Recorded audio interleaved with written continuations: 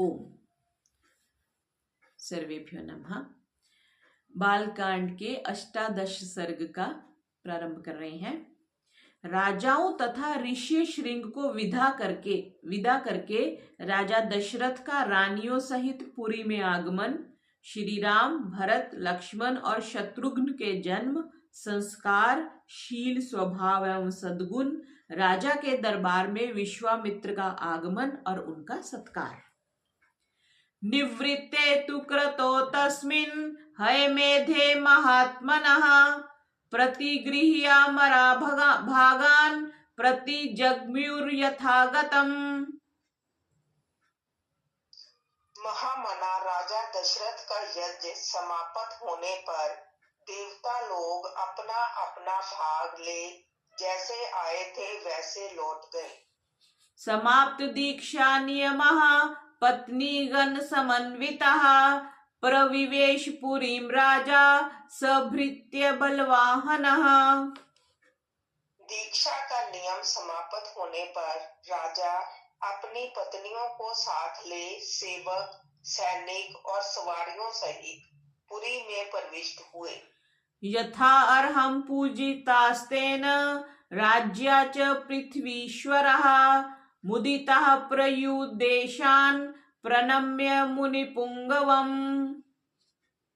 भिन्न भिन्न देशों के राजा भी जो उनके यज्ञ में सम्मिलित होने के लिए आए थे, महाराज दशरथ द्वारा यथावत सम्मानित हो मुनिवर वशिष्ठ तथा ऋषि श्रृंग को प्रणाम करके प्रसन्नता पूर्वक अपने अपने देश को चले गए। श्रीमतां गच्छतां तेषां स्वगृहाणि पुरात ततः बलानि राज्यां शुभ्राणि प्रहृष्टानि चकाशिरे। अयोध्यापुरी से अपने घर को जाते हुए उन श्रीमान नरेशों के शुभ्र सैनिक अत्यंत हर्षमगन होने के कारण बड़ी शोभा पा रहे थे। गतेषु पृथ्वीशेषु राजा दशरथः पुनः प्रविवेश पुरीं श्रीमान् पुरस्कृत्य द्विजोत्तमान्। उन राजाओं के विदा हो जाने पर श्रीमान महाराज दशरथ ने श्रेष्ठ ब्राह्मणों को आगे करके अपनी पुरी में प्रवेश किया। शांतया प्रययौ सार्धं ऋष्यशृंगः सुपूजितः अनुगम्यमानो राज्या च सानुयात्रेण धीमता। राजा द्वारा अत्यंत सम्मानित हो ऋषि श्रृंग मुनि भी शांता के साथ अपने स्थान को चले गए। उस समय सेवकों सहित बुद्धिमान महाराज दशरथ कुछ दूर तक उनके पीछे पीछे उन्हें पहुंचाने गए थे। देखो, कोई भी आता है तो हम भी उसको दूर तक छोड़ने जाते हैं ना, तो वही बुद्धिमान महाराज दशरथ कुछ दूर तक उनके पीछे पीछे उन्हें पहुंचाने गए थे। एवं विसृज्य तान् सर्वान् राजा संपूर्ण मानसः उवासु सुखितस्तत्र पुत्रो उत्पत्तिं विचिन्तयन्। इस प्रकार उन सब अतिथियों को विदा करके सफल मनोरथ हुए राजा दशरथ पुत्र उत्पत्ति की प्रतीक्षा करते हुए वहां बड़े सुख से रहने लगे। ततो यज्ञे समाप्ते तु ऋतूनां षट् समत्युः ततश्च द्वादशे मासे चैत्रे नवमिके तिथौ नक्षत्रे अदिति दैवत्ये सवोच संस्थेषु पंचसु ग्रहेषु कर्कटे लग्ने वाक्पता विन्दुना सह प्रोद्यमाने जगन्नाथं सर्वलोक नमस्कृतं कौसल्याजन्यद्रामं दिव्यलक्षण संयुतम्। यज्ञ समाप्ति के पश्चात जब 6 ऋतुएं बीत गई, तब 12वें मास में चैत्र के शुक्ल पक्ष की नवमी तिथि को पुनर्वसु नक्षत्र एवं कर्क लगन में कौशल्या देवी ने दिव्य लक्षणों से युक्त सर्वलोक वंदित जगदीश्वर श्री राम को जन्म दिया। उस समय में सूर्य, मंगल, शनि, गुरु और शुक्र, ये 5 ग्रह अपने अपने उच्च स्थान में विद्यमान थे तथा लगन में चंद्रमा के साथ बृहस्पति विराजमान थे। ये बहुत उच्च स्थिति है, चंद्रमा के साथ बृहस्पति का होना, और वो भी लगन में, और सारे ग्रह जो थे वो अपने अपने उच्च स्थानों में विद्यमान थे। इनके उच्च, मध्यम और नीच स्थितियां होती हैं हर ग्रह की। तो जो नीच होता है तो वो तो कुछ अपना, या कमजोर होता है तो अपना बल देता ही नहीं है, कुछ अपना इफेक्ट देता ही नहीं है। मध्यम ठीक ठीक चलता रहता है। जो उच्च का, शुभ ग्रह हमेशा उच्च के होने चाहिए, और जो अशुभ ग्रह हैं वो नीच के होने चाहिए, ताकि जो बुरा व्यक्ति है वो बस चुपचाप बैठा रहे तो ठीक है, और जो बोलने वाला है, जो हलचल करने वाला है, वो हमेशा शुभ होना चाहिए। विष्णोर्धम भागम पुत्रमैश्वानुकंदनम लोहिताक्षम महाबाहुम रक्तोष्ठम दुंदुभिस्वनम। वे विष्णु स्वरूप भविष्य या खीर के आधे भाग से प्रकट हुए थे। कौशल्या के महाभाग पुत्र श्री राम इक्ष्वाकु कुल का आनंद बढ़ाने वाले थे। उनके नेत्रों में कुछ कुछ लालिमा थी। उनके होंठ लाल, भुजाएं बड़ी बड़ी और स्वर दुंदुभी के शब्द के समान गंभीर था। हाँ, पीछे आया था ना कि उनकी बाजुएं घुटनों के बराबर थी। देखो कितना सुंदर शरीर होगा उनका। कौसल्या शुशुभेतेन पुत्रेणामित तेजसा यथावरेण देवानाम अदिति वज्रपाणिना। उस अमित तेजस्वी पुत्र से महारानी कौशल्या की बड़ी शोभा हुई। ठीक उसी तरह जैसे सुरश्रेष्ठ वज्रपाणी इंद्र से देव माता अदिति सुशोभित हुई थी। हाँ, सुरश्रेष्ठ वज्रपाणी मतलब इंद्र से, इंद्र की माता जी का नाम अदिति था। ठीक है जी। भर्तो नाम कैकेय्याम जज्जे सत्य पराक्रमः साक्षात् विष्णोश्चतुर्भागः सर्वैः समुदितो गुणैः।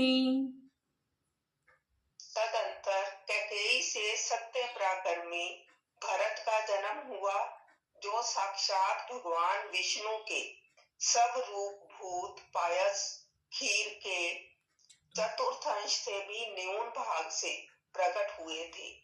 ये समस्त सद्गुणों से संपन्न थे। चतुर्थ भाग से न्यून इसलिए हो गए कि हाफ तो कौशल्या माता जी को दे दिया, उसमें से फिर हाफ जो तीसरा मतलब हाफ बचा, उसमें से 2 भाग तो माता सुमित्रा जी को दिए और 1 भाग कैकेयी जी को दिया था। इसलिए उन्होंने बोला कि चतुर्थ से भी कम भाग से उत्पन्न हुए। अथ लक्ष्मण शत्रुघ्नौ सुमित्रा जन्यत्सुतौ वीरो सर्वास्त्र कुशलौ विष्णोर अर्ध समन्वितौ। इसके बाद रानी सुमित्रा ने लक्ष्मण और शत्रुघ्न इन 2 पुत्रों को जन्म दिया। ये दोनों वीर साक्षात भगवान विष्णु के अर्ध भाग से संपन्न और सब प्रकार के अस्त्रों की विद्या में कुशल थे। पुष्ये जातस्तु भर्तो मीन लग्ने प्रसन्नधिः सार्पे जातौ तु सौमित्री कुलेरभ्युदिते रवौ। भरत सदा प्रसन्न चित रहते थे। उनका जन्म पुष्य नक्षत्र तथा मीन लगन में हुआ था। सुमित्रा के दोनों पुत्र आश्लेषा नक्षत्र और कर्क लगन में उत्पन्न हुए थे। उस समय सूर्य अपने उच्च स्थान में विराजमान थे। जिनकी कुंडली में सूर्य उच्च होता है उनको प्रसिद्धि बड़ी मिलती है, और जिनका सूर्य नीच हो जाता है वो जितने मर्जी अच्छे काम कर ले उनको प्रसिद्धि नहीं मिलती, क्योंकि सूर्य जब उदय होता है तो सारा संसार सूर्य की तरफ देखता है, सारा जीवन जो है वो सूर्य से चलता है। इसलिए बोल दिया सूर्य अपने उच्च स्थान में विद्यमान थे, विराजमान थे। राज्यः पुत्रा महात्मानश्चत्वारो जजिरे पृथक् गुणवंतो अनुरूपाश्च रुच्या प्रोष्ठपदोपमः। दशरथ के ये चारों महामनस्वी पुत्र पृथक पृथक गुणों से संपन्न और सुंदर थे। ये भाद्रपदा नामक 4 तारों के समान कांतिमान थे। प्रोष्ठपदा कहते हैं भाद्रपदा नक्षत्र को। उसके 2 भेद हैं, पूर्व भाद्रपद और उत्तर भाद्रपद। इन दोनों में से 2-2 तारे हैं। यह बात ज्योतिष शास्त्र में प्रसिद्ध है जी। जगुः कलम च गंधर्वा न चाप्सरोगणः देवदुन्दुभयो नेदुः पुष्पवृष्टिश्च खात्पतत्। इनके जन्म के समय गंधर्वों ने मधुर गीत गाए, अप्सराओं ने नृत्य किया, देवताओं की दुदुम्बियां बजने लगी तथा आकाश से फूलों की वर्षा होने लगी। उत्सवश्च महानासीद् अयोध्यायां जनाकुलः रथ्याश्च जनसंबाधा नट नर्तक संकुलः। अयोध्या में बहुत बड़ा उत्सव हुआ। मनुष्यों की भारी भीड़ एकत्र हुई। गलियां और सड़कें लोगों से खचाखच भरी थी। बहुत से नट और नर्तक वहां अपनी कलाएं दिखा रहे थे। गायनैश्च वीराविन्यो वादनैश्च तथा परैः विपुलास्तत्र सर्वरत्न समन्विताः। वहां सब और गाने बजाने वाले तथा दूसरे लोगों के शब्द गूंज रहे थे। दीन दुखियों के लिए लुटाए गए सब प्रकार के रत्न वहां बिखरे पड़े थे। प्रदेयांश्च ददौ राजा सूतम अगधवन्दिनां ब्राह्मणेभ्यो ददौ वित्तं गोधनानि सहस्रशः। राजा दशरथ ने सूत, मागध और बंदी जनों को देने योग्य पुरस्कार दिए तथा ब्राह्मणों को धन एवं सहस्त्रों गोधन प्रदान किए। अतीत एकादशाहं तु नाम कर्म तथा करोत् ज्येष्ठं रामं महात्मानं भरतं कैकेयीसुतं सौमित्रिं लक्ष्मणमिति शत्रुघ्नं परं तथा वशिष्ठा परं प्रीतो नामानि कुरुते तदा। 11 दिन बीतने पर महाराज ने बालकों का नामकरण संस्कार किया। उस समय महर्षि वशिष्ठ ने प्रसन्नता के साथ सबके नाम रखे। उन्होंने ज्येष्ठ पुत्र का नाम राम रखा। श्री राम महात्मा अर्थात परमात्मा थे। कैकेयी कुमार का नाम भरत तथा सुमित्रा के एक पुत्र का नाम लक्ष्मण और दूसरे का नाम शत्रुघ्न निश्चित किया गया।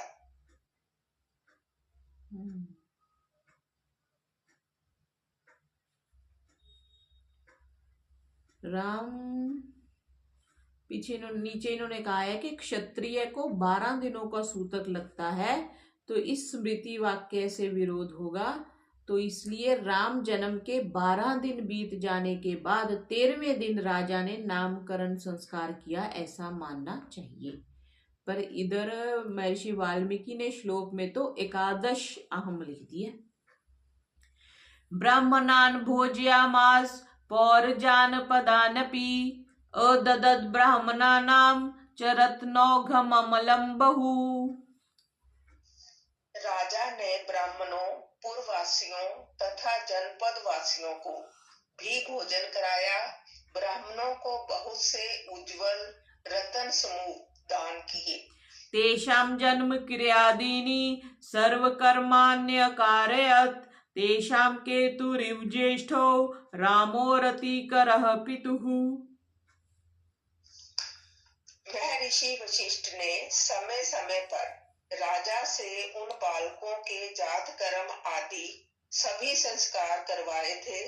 उन सब में श्री रामचंद्र जी ज्येष्ठ होने के साथ ही अपने कुल की कीर्ति ध्वजा को फहराने वाली पताका के समान थे। वे अपने पिता की प्रसन्नता को बढ़ाने वाले थे।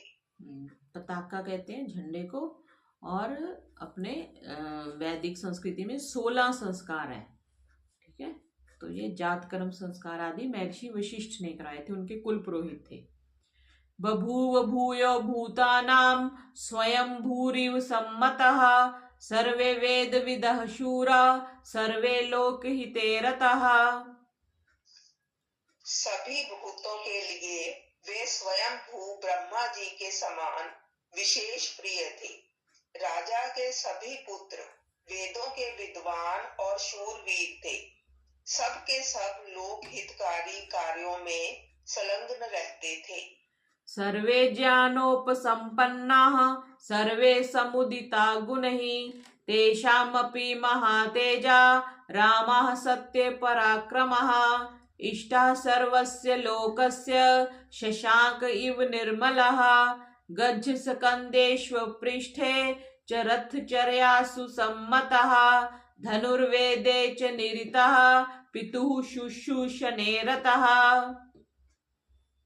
सभी ज्ञानवान और समस्त सद्गुणों से संपन्न थे।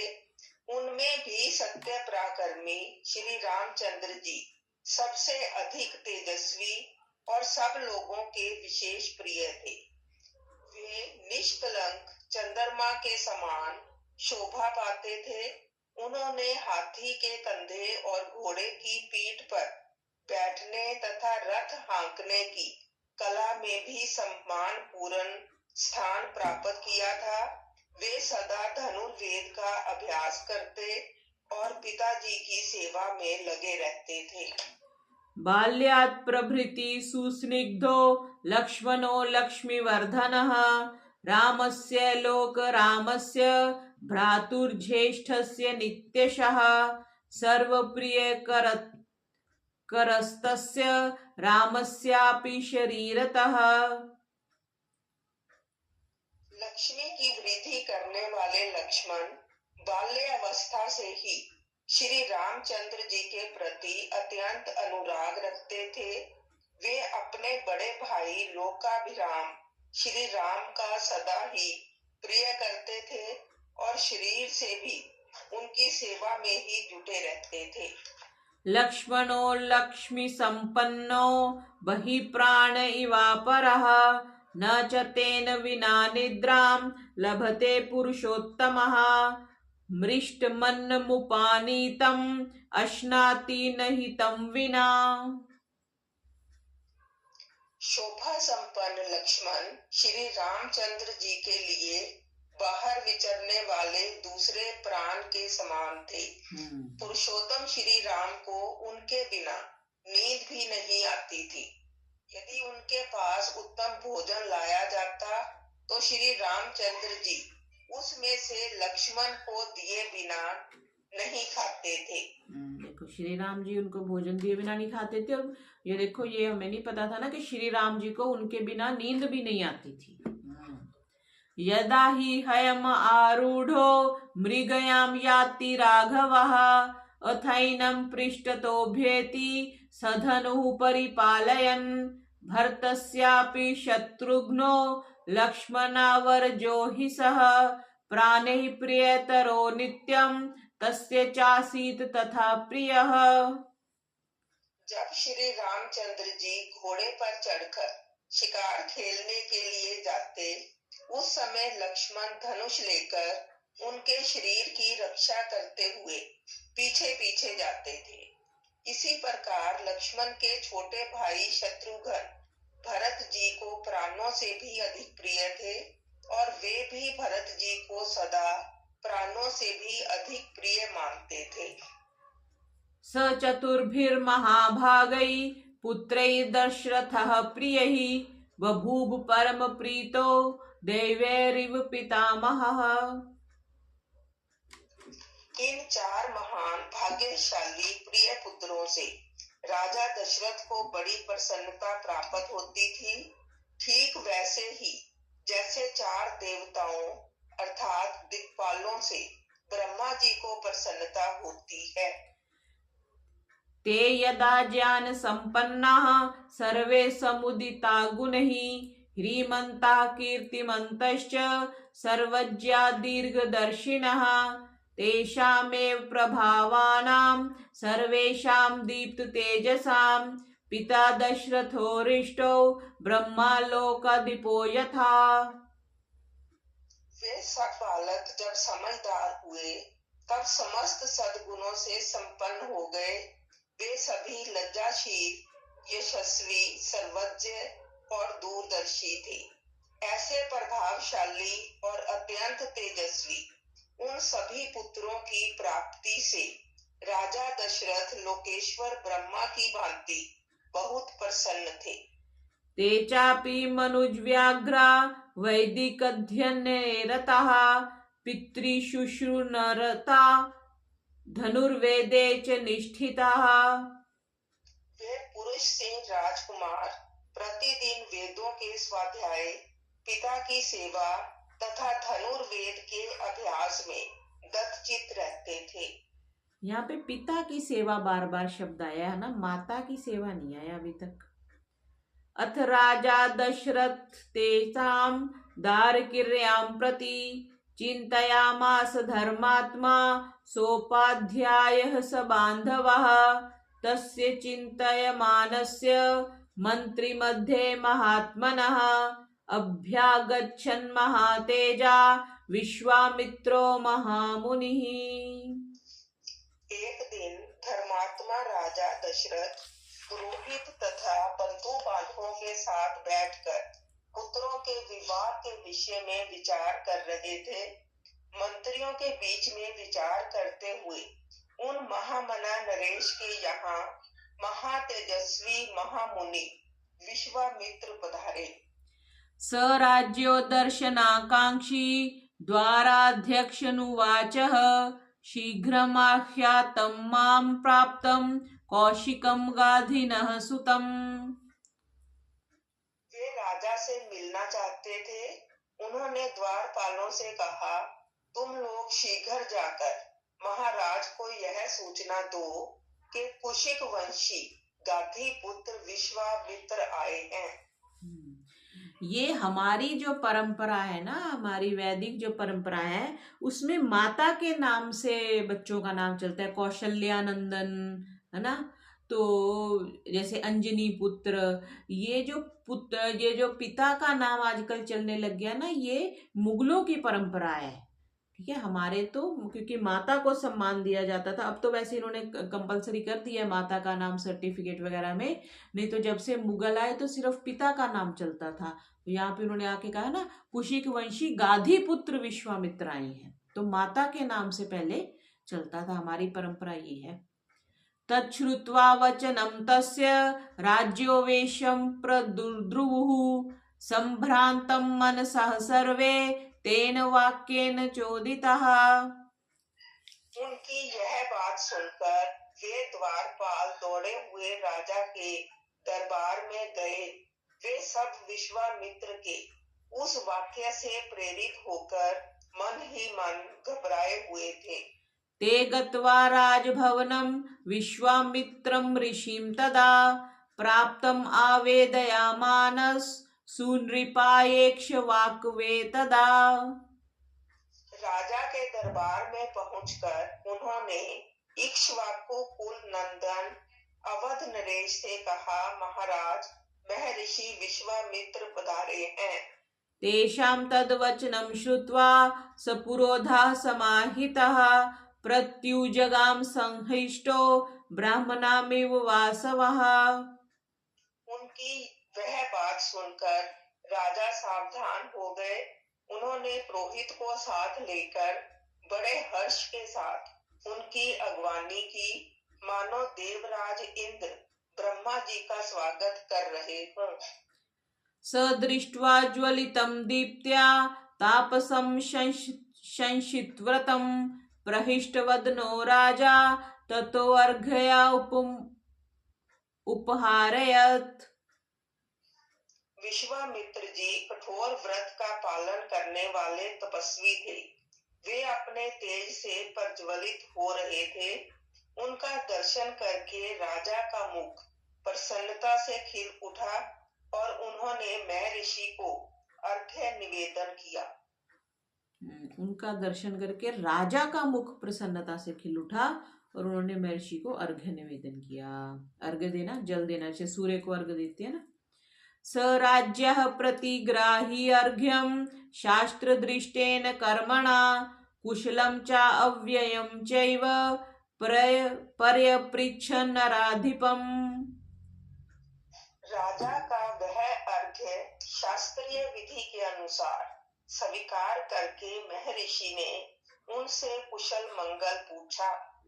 पुरे कोशे जनपदे बांधवेषु सुहृत्सु च कुशलम कौशिको राज्यः पर्यपृच्छत्सु धार्मिकः। धर्मात्मा विश्वामित्र ने कर्मशः राजा के नगर, खजाना, राज्य, बंधु बांधव तथा मित्र वर्ग आदि के विषय में कुशल प्रश्न किया। अपि ते सन्नताः सर्वे सामन्त्रिपवोजिताः दैवं च मानुषं चैव कर्म ते साध्वनुष्ठितम्। राजन, आपके राज्य की सीमा के निकट रहने वाले शत्रु राजा आपके समक्ष नतमस्तक तो हैं। आपने उन पर विजय तो प्राप्त की है ना।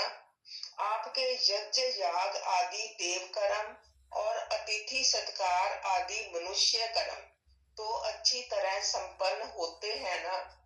तो यज्ञ याग होना चाहिए, देव कर्म होने चाहिए, अतिथि सत्कार होना चाहिए। कह रहे हैं जिस घर में विद्वान या अतिथियों का सत्कार नहीं होता वो घर घर नहीं है। एक श्लोक मिलता है इसमें नीति में। वशिष्ठं च समागम्य कुशलं मुनि पुंगवः ऋषिश्चितान् यथा न्यायं महाभाग उवाच। इसके बाद महाभाग मुनिवर विश्वामित्र ने वशिष्ठ जी तथा अन्य अन्य ऋषियों से मिलकर उन सब का यथावत कुशल समाचार पूछा। ते सर्वे हृष्टमनस्तस्य राज्यो निवेशनम् विविशु पूजितास्तेन निषेधुश्च यथार्हतः। फिर वे सब लोग प्रसन्न चित्त होकर राजा के दरबार में गए और उनके द्वारा पूजित हो यथा योग्य आसनों पर बैठे। अथ हृष्टमना राजा विश्वामित्रं महामुनिम् उवाच परमोदारो हृष्टस्तमभिपूजयन्।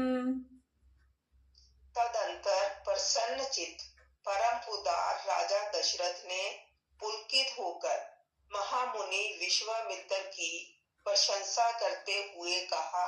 यथामृतस्य संप्राप्तिर यथा वर्षमनूदके यथा सदृशदारेषु पुत्र जन्मा प्रजस्य च वै प्रनष्टस्य यथा लाभो यथा हर्षो महोदयः तथैवागमनं मन्ये स्वागतं ते महामुने कं च ते परमं कामं करोमि किमु हर्षितः। महामुने, जैसे किसी मरण धर्मा मनुष्य को अमृत की प्राप्ति हो जाए, निर्जल प्रदेश में पानी बरस जाए, किसी संतानहीन को अपने अनुरूप पत्नी के गर्भ से पुत्र प्राप्त हो जाए, खोई हुई निधि मिल जाए तथा किसी महान उत्सव से हर्ष का उदय हो, उसी प्रकार आपका यहाँ शुभ आगमन हुआ है। ऐसा मैं मानता हूँ। आपका स्वागत है। आपके मन में कौन सी उत्तम कामना है जिसको मैं हर्ष के साथ पूर्ण करूं। उदाहरण देखो कितने अच्छे दिए। मरण धर्मा मनुष्य को अमृत मिल जाए। देखो ऐसा किसी के लिए हम प्रेम करते हैं, किसी को इतना सम्मान देते हैं कि तुम आए तो मरे हुए में जान आ गई। निर्जल प्रदेश में पानी बरस जाए, जहाँ पानी नहीं बरसता वहां पानी बरस गया। संतानहीन को पुत्र प्राप्ति हो गई, खोया हुआ धन मिल गया और महान उत्सव से हर्ष का उदय हो, ऐसा आपके आगमन पर हुआ है। कितना सुंदर, किसी का स्वागत करने के लिए कितने सुंदर वचन है। पात्र भूतोऽसि मे ब्राह्मण दिष्टया प्राप्तोऽसि मानद अद्य मे सफलम जन्म जीवितम च सुजीवितम। ब्राह्मण मुझसे सब प्रकार की सेवा लेने योग्य उत्तम पात्र हैं। मालद, मेरा अहोभाग्य है जो आपने यहाँ तक पधारने का कष्ट उठाया। आज मेरा जन्म सफल और जीवन धन्य हो गया। यस्माद्विपेन्द्रम् अद्राक्षं सुप्रभाता निशा मम पूर्वं राजऋषि शब्देन तपसा द्योतितप्रभः ब्रह्म ऋषि त्वम् अनुप्राप्तः पूज्योऽसि बहुधा मया तद अद्भुतम् अद्भुत विप्र पवित्रं परमं मम। मेरी बीती हुई रात सुंदर प्रभात दे गई, जिससे मैंने आज आप ब्राह्मण शिरोमणि का दर्शन किया। पूर्व काल में आप राज ऋषि शब्द से उपलक्षित होते थे, फिर तपस्या से अपनी अद्भुत प्रभा को प्रकाशित करके आपने ब्रह्म ऋषि का पद पाया। अतः आप राज ऋषि और ब्रह्म ऋषि दोनों ही रूपों में मेरे पूजनीय हैं। आपका जो यहाँ मेरे समक्ष शुभ आगमन हुआ है, यह परम पवित्र और अद्भुत है। क्योंकि ये जो थे ना ऋषि थे, ये थोड़ा विश्वामित्र जो थे वो थोड़े वो थे उग्र स्वभाव के थे। तो इनको जो ब्रह्म ऋषि थे उनके साथ द्वेष था कि मेरे को ब्रह्म ऋषि कहा जाना चाहिए। तो एक बार क्या हुआ, तो जिनके साथ इनका द्वेष था ना, शायद महर्षि वशिष्ठ के साथ था, तो वो नीचे बैठे अपने शिष्यों को पढ़ा रहे थे। तो विश्वामित्र जी पेड़ पर जाके बैठ गए इस अंदेशा से कि मैं इनको मार दूंगा और फिर मैं ब्रह्म ऋषि हो जाऊंगा। तो जब नीचे जो जिन ऋषि के साथ इनका द्वेष था, वो ऋषि अपने शिष्यों को, पूर्णिमा की रात थी मतलब, तो अपने शिष्यों को कुछ उपदेश कर रहे थे। तो उन्होंने ये बोला कि विश्वामित्र का जो तेज है ना, वो ये चंद्रमा के समान है, और वो बहुत तारीफ कर रहे थे, मतलब बहुत प्रशंसा कर रहे थे। तो विश्वामित्र जी को बड़ी ग्लानि हुई कि मैं तो इनको मारने के लिए, इनकी हत्या करने के लिए आया था। तो जैसे ही वो नीचे उतरे तो वो ऋषि के चरणों में गिर पड़े कि मुझे क्षमा करें, मैं तो आपके बारे में ऐसे गलत सोच रहा था। तो तब उन ऋषि ने उनको कहा, उठो ब्रह्म ऋषि उठो। जब उन्होंने ब्रह्म ऋषि कहा तब मतलब विश्वामित्र जी को प्राप्ति होगी। तभी यहाँ पे ये बात आई ना कि आप राज ऋषि भी हैं और ब्रह्म ऋषि भी हैं, ऐसा दशरथ जी ने कहा। शुभ क्षेत्र गतश्चाहम तव संदर्शनात् प्रभो ब्रूहि यत् पार्थितं तुभ्यं कार्यमागमनं प्रति। प्रभु, आपके दर्शन से आज मेरा घर तीर्थ हो गया। मैं अपने आप को पुण्य क्षेत्रों की यात्रा करके आया हुआ मानता हूँ। बताइए, आप क्या चाहते हैं? आपके शुभ आगमन का शुभ उद्देश्य क्या है? इच्छाम्य अनुगृहीतोऽहं तवदर्थं परिवृद्धये कार्यस्य न विमर्शं च गन्तुमर्हसि सुव्रत। उत्तम व्रत का पालन करने वाले महर्षि, मैं चाहता हूँ कि आपकी कृपा से अनुग्रहित होकर आपके अभीष्ट मनोरथ को जान लूं और अपने अभ्युदय के लिए उसकी पूर्ति करूं। कार्य सिद्ध होगा या नहीं, ऐसे संशय को अपने मन में स्थान न दीजिए। कर्ता च अहं शेषेण दैवतं हि भवानमं मम चायमनुप्राप्तो महान् अभ्युदयो द्विज तो आगमनजः कृत्स्नो धर्मश्चानुत्तमो द्विज। आप जो भी आज्ञा देंगे मैं उसका पूर्ण रूप से पालन करूंगा, क्योंकि सम्माननीय अतिथि होने के नाते आप मुझ गृहस्थ के लिए देवता हैं। ब्राह्मण, आज आपके आगमन से मुझे संपूर्ण धर्मों का उत्तम फल प्राप्त हो गया। यह मेरे महान अभ्युदय का अवसर आया है। इति हृदय सुखम निशम्य वाक्यम श्रुति सुखम आत्मवता विनीत मुक्तम प्रथित गुण यशा गुणैर्विशिष्टः परम ऋषि परमं जगाम हर्षम। मनस्वी नरेश के कहे हुए ये विनय युक्त वचन जो हृदय और कानों को सुख देने वाले थे, सुनकर विख्यात गुण और यश वाले शम दम आदि सद्गुणों से संपन्न महर्षि विश्वामित्र बहुत प्रसन्न हुए। इतिहासे श्रीमद् रामायणे वाल्मीकिये आदि काव्ये बालकांडे अष्टादशः सर्गः। इस प्रकार श्री वाल्मीकि निर्मित आर्ष रामायण आदि काव्य के बाल कांड में 18वां सर्ग पूरा हुआ। बोलिए मर्यादा पुरुषोत्तम श्री रामचंद्र जी की जय। ओम सर्वेभ्यो